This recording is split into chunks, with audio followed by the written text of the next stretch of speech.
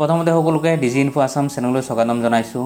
আজি আপোনালোকক এই ভিডিঅ'ৰ জৰিয়তে জনাব বিচাৰি আছোঁ যিসকল মহিলাই প্ৰধানমন্ত্ৰী মাতৃ বন্দনা যোজনাৰ অধীনত যি ৬০০০ টকাটো লাভ কৰে, এই ৬০০০ টকাটো কেনেকৈ লাভ কৰিব আৰু তেওঁলোকে অনলাইনত কেনেদৰে আবেদন কৰিব লাগিব আৰু তেওঁৰ কি কি ডকুমেণ্টছৰ প্ৰয়োজন, তাৰ লগতে বহুতে যেতিয়া অনলাইনত আবেদন কৰে তেওঁৰ যি MCP নাম্বাৰ বা ৰেজিষ্ট্ৰেশ্যন নাম্বাৰ এটা প্ৰয়োজন হয়। এই নাম্বাৰটো বহুতৰ কাৰ্ডত লিখা নাথাকে, যিটো বেজি দিয়া কাৰ্ড আছে এই কাৰ্ডটোত লিখা নাথাকে, গতিকে অনলাইন আবেদন কৰিব নোৱাৰে। আজি মই আপোনালোকক এই সকলোখিনি দেখুৱাই যাম যে আপোনালোকে MCP নাম্বাৰটো ক'ত পাব আৰু আপোনালোকে এইটো কেনেকৈ আজি আবেদন কৰিব লাগিব, এই সকলোখিনি কথা মই আজি এই ভিডিঅ'ৰ জৰিয়তে জনাম। গতিকে আপোনালোকে ভিডিঅ'টো সম্পূৰ্ণকৈ চাব, তাৰ লগতে চেনেলটো ছাবস্ক্ৰাইব কৰি ভিডিঅ'টো শ্বেয়াৰ কৰিব, যাতে আপোনালোকৰ নিচিনা যিসকল মহিলাই এই ৬০০০ টকাটো লাভ কৰা নাই তেওঁলোকে যাতে লাভ কৰিব পাৰে এই ভিডিঅ'ৰ জৰিয়তে এই ভিডিঅ'টো চাই। গতিকে আপোনালোকক এইটো ৰিকুৱেষ্ট থাকিল। গতিকে আহক আপোনালোকক আজি মই এটা ষ্টেপ বাই ষ্টেপ সকলোখিনি দেখুৱাম, যাতে আপোনালোকে কেনেকৈ অনলাইন আবেদন কৰিব লাগিব আৰু যিখিনি ৰেজিষ্ট্ৰেশ্যন নাম্বাৰ বা যি LMNP নাম্বাৰ এটাৰ প্ৰয়োজন হয় এইটো ক'ৰ পৰা আৰু কেনেকৈ আপোনালোকে দিব লাগে, এই সকলোখিনি আজি এই ভিডিঅ'ৰ জৰিয়তে আপোনালোকক জনাম। তেতিয়া প্ৰথমতে চাওক, যেতিয়া আপোনালোক গুগলত গৈ PMMVY বুলি চাৰ্চ কৰিব, তেতিয়া লগে লগে আপোনাৰ প্ৰধানমন্ত্ৰী মাতৃ বন্দনা যি পৰ্টেল আছে এই পৰ্টেলটো খোল খাব। এতিয়া চাওক, প্ৰথমতে মই দেখুৱাই আছোঁ যি চিটিজেন লগইন আছে, যে চিটিজেন লগইনত আপোনালোকে প্ৰথমতে চিটিজেন লগইনত আপোনালোকে ক্লিক কৰিব। ক্লিক কৰাৰ পিছত এতিয়া চাওক মোবাইল নাম্বাৰটো বিচাৰিছে, আপোনালোকে মোবাইল নাম্বাৰটো ইয়াত দি দিব। মোবাইল নাম্বাৰটো দিয়াৰ পিছত চাওক এটা OTP আহিছে, মোবাইল নাম্বাৰত যিটো OTP গৈছে আপোনালোকে OTPটো দিব। OTPটো দিয়াৰ পিছত যি কেপচাৰ কোড দেখুওৱা হৈছে আপোনালোকে এই কেপচাৰ কোডটো ইয়াত বহাই দিব।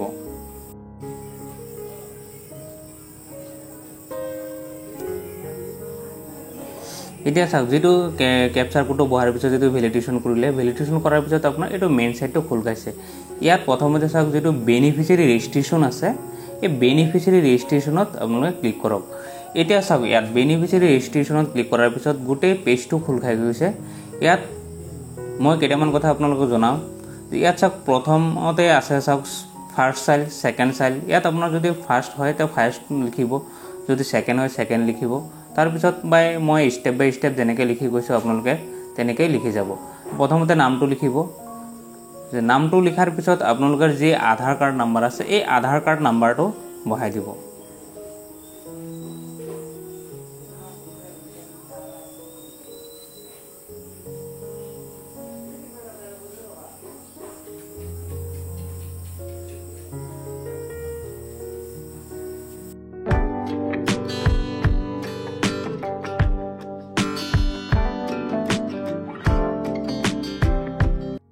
এতিয়া যিটো ডেট অফ বাৰ্থ আছে আধাৰ কাৰ্ডত যিটো সেম ডেট অফ বাৰ্থ আছে সেই ডেট অফ বাৰ্থটো আপোনালোকে ইয়াতে দি দিব।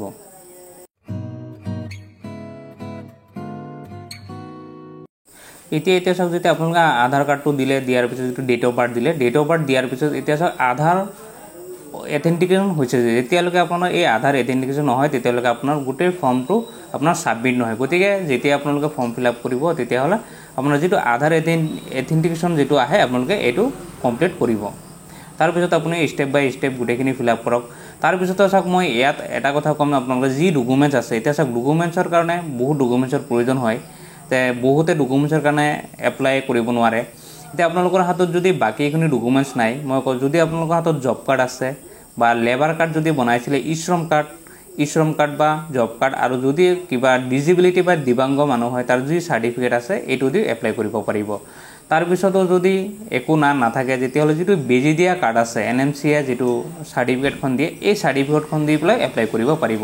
গতিকে মই যিটো চাৰ্টিফিকেট আছে মই এই চাৰ্টিফিকেট দি পেলাই মই ইয়াত এপ্লিকেশ্যন কৰি আছোঁ। যে আপুনি যিটো ডকুমেণ্টছ দিব তাৰ ডকুমেণ্টছৰ যিটো নাম্বাৰ থাকে তাত ৰেজিষ্ট্ৰেশ্যন নাম্বাৰটো আপোনালোকে ইয়াত বহাই দিব। বহাই দিয়াৰ পিছত যিটো ডকুমেণ্টছ আপুনি যদি স্কেন কৰি ৰাখিছে আপোনালোকে য'তেই স্কেন কৰি ৰাখিছে সেইটো ইয়াত আপলোড কৰি দিব।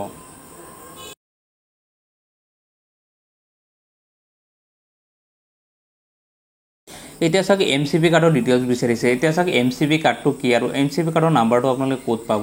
বহুতে মোক কমেণ্ট কৰিছে, যেতিয়া এপ্লিকেশ্যন কৰা হয় আবেদন কৰাৰ সময়ত MCPৰ যিটো কাৰ্ড ডিটেইলছ থাকে এই নাম্বাৰটো নাথাকাৰ কাৰণে এপ্লিকেশ্যন কৰিব নোৱাৰে। মই এইটো কাৰণে এই ভিডিঅ'টো বনাইছোঁ যাতে আপোনালোকে ভালকৈ বুজি পায় আৰু আপোনালোকে যাতে আবেদন কৰিব পাৰে অনলাইনত। MCP কাৰ্ড হৈছে চাওক আপোনালোকৰ যিটো বেজি দিয়া কাৰ্ড আছে, এই বেজি দিয়া কাৰ্ডৰ এটা ৰেজিষ্ট্ৰেশ্যন নাম্বাৰ থাকে। যেতিয়া বেজি দিয়া হয় প্ৰথমতে, এই প্ৰথম বেজি দিয়াৰ সময়তে এটা ৰেজিষ্ট্ৰেশ্যন নাম্বাৰ ধৰা হয়। এই ৰেজিষ্ট্ৰেশ্যন নাম্বাৰটো আপোনালোকৰ যদি বেজি দিয়া কাৰ্ডত নাই, তেতিয়ালৈকে যি আপোনাৰ আশাকৰ্মী আছে বা যিজন নাৰ্ছত, যি চেণ্টাৰত নাৰ্ছ থাকে, অংগনবাদী চেণ্টাৰৰ অধীনত গৈ বেজি দিয়া হয়, এই নাৰ্ছজনী বা আপোনালোকৰ যি আশাকৰ্মী আছে, এই আশাকৰ্মীৰ ডায়েৰীত লিখা হৈ থাকে। এই তাৰ পৰা আপোনালোকে কালেক্ট কৰি, তাত 12টা নাম্বাৰ থাকে, আপোনালোকে এই 12টা নাম্বাৰৰ ডিজিটত আপোনালোকে ইয়াতে বহাই দিব। বহাই দি পেলাই যেতিয়া ৰেজিষ্ট্ৰেশ্যন কৰিছিলে, এই ৰেজিষ্ট্ৰেশ্যন ডেটটো ইয়াতে দিব।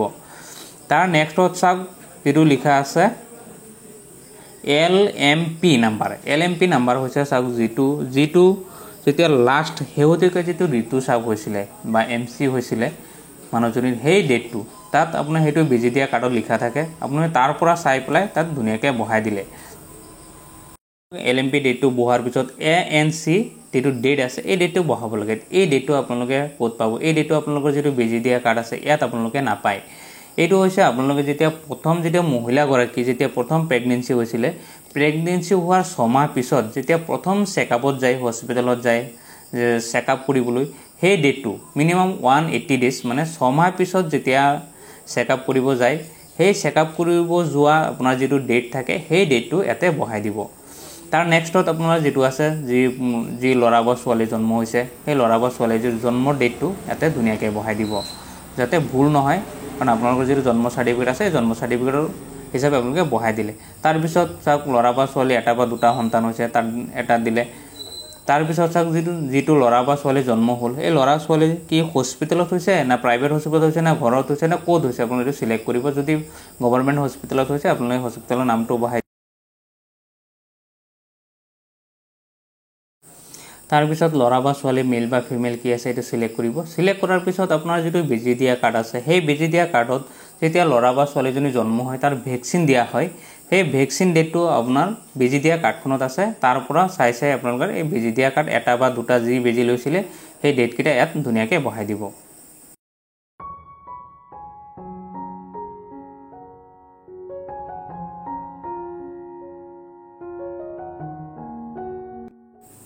এতিয়া নেক্সটত চাওক এতিয়া প্ৰেজেণ্ট এড্ৰেছ আছে, তাৰ প্ৰেজেণ্ট এড্ৰেছটো যদি গাঁও হয়, গাঁওটো চিলেক্ট কৰিব। যদি চহৰ হয়, চহৰ চিলেক্ট কৰিব। ৰুৰেল বা আৰবান যি আছে আপোনালোকে চিলেক্ট কৰি ধুনীয়াকৈ যি এড্ৰেছ আছে, এড্ৰেছটো ফিল আপ কৰি দিব। গাঁও লিখিব, পোষ্ট অফিচ লিখিব। তাৰপিছত তাত যি ষ্টেট আছে, ষ্টেট চিলেক্ট কৰিব। তাত যিখিনি আছে আপোনালোকৰ এইখিনি গোটেইখিনি আপোনালোকে ধুনীয়াকৈ চিলেক্ট কৰিব।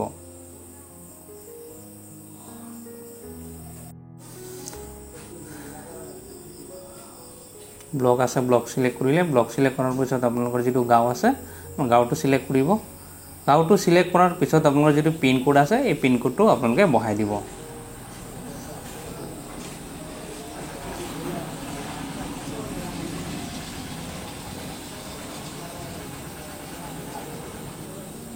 এতিয়া পিনক'ডটো বহোৱা হৈ গ'ল। বহোৱাৰ পিছত আপোনালোকে লাগিলে ফৰ্মটো এবাৰ ভালকৈ ধুনীয়াকৈ চাই ল'ব।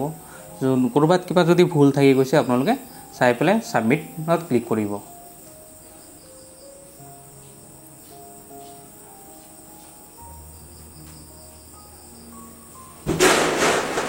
এতিয়া চাওক ছাবমিটত ক্লিক কৰাৰ লগে লগে আপোনাৰ ছাবমিট হৈ গৈছে। এতিয়া ছাবমিট হোৱাৰ পিছত আপোনাৰ যিটো কনফাৰ্ম ছাবমিট আছে, বা আপোনালোকে এডিটত গৈ যদি ভুল আছে, আপোনালোকে পুনৰ এডিট কৰিব পাৰিব। যদি এডিট কৰা নাই, তেতিয়াহ'লে আপোনালোকে কনফাৰ্ম ছাবমিটত আপোনালোকে ছাবমিট কৰি দিয়ক। তেতিয়াহ'লে আপোনাৰ ফৰ্মটো আপোনাৰ কমপ্লিট হৈ গৈছে।